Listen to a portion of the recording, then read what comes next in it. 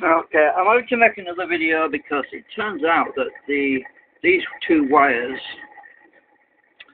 that go to my bridge rectifier, the rectifier on this end is not connected to.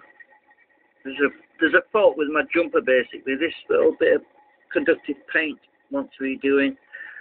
So the power that was going in on half of this circuit was not going to the output, which drives my supercapacitors, so I was only getting half as much power out as I was supposed to be doing. Anyway, I've connected it to the other input, which is down there, and now I'm actually getting, even though the voltage is 8 volts now on the supercapacitors, I'm actually getting about 6.5 milliamps, which is what I was getting earlier on the lower. Yeah, so it's a lot better than it was. That's without the boost converter in line. If I put the boost regulator in mine, I actually get 13 milliamps or 20 milliamps, 25 milliamps. It's a lot more efficient than with both of them working. I'll just wire this up and try and show you that. Right. As you can see, much better, much better. However, my RPM is taking a tumble. My RPM is taking a tumble, and my waveforms on the oscilloscope is much more different than it was earlier. Because I had a bad connection. Anyway, so when it's under load, peak to peak is actually 9. Like arm is 3.2. Peak to peak on the other coil is 9.8. So it's about the same. The blue one's still better, doing better, and maximum 6.6, maximal, and that one's 5.2. So blue is definitely doing better. Well, that's the waveform on 5 volt scale. I'm getting an interesting double waveform on the blue channel and the yellow channel, which is really interesting. But that's probably due to my flux trap, but it doesn't seem to be doing very well. But I've lost some RPM now. I'm down to 500 RPM now.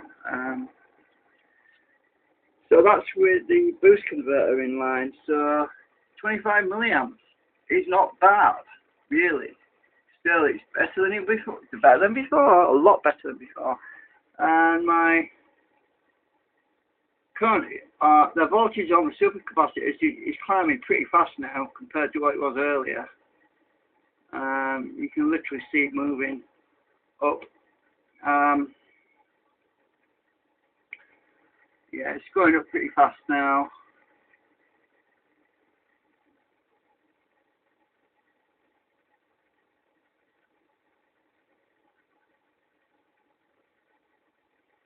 Yeah.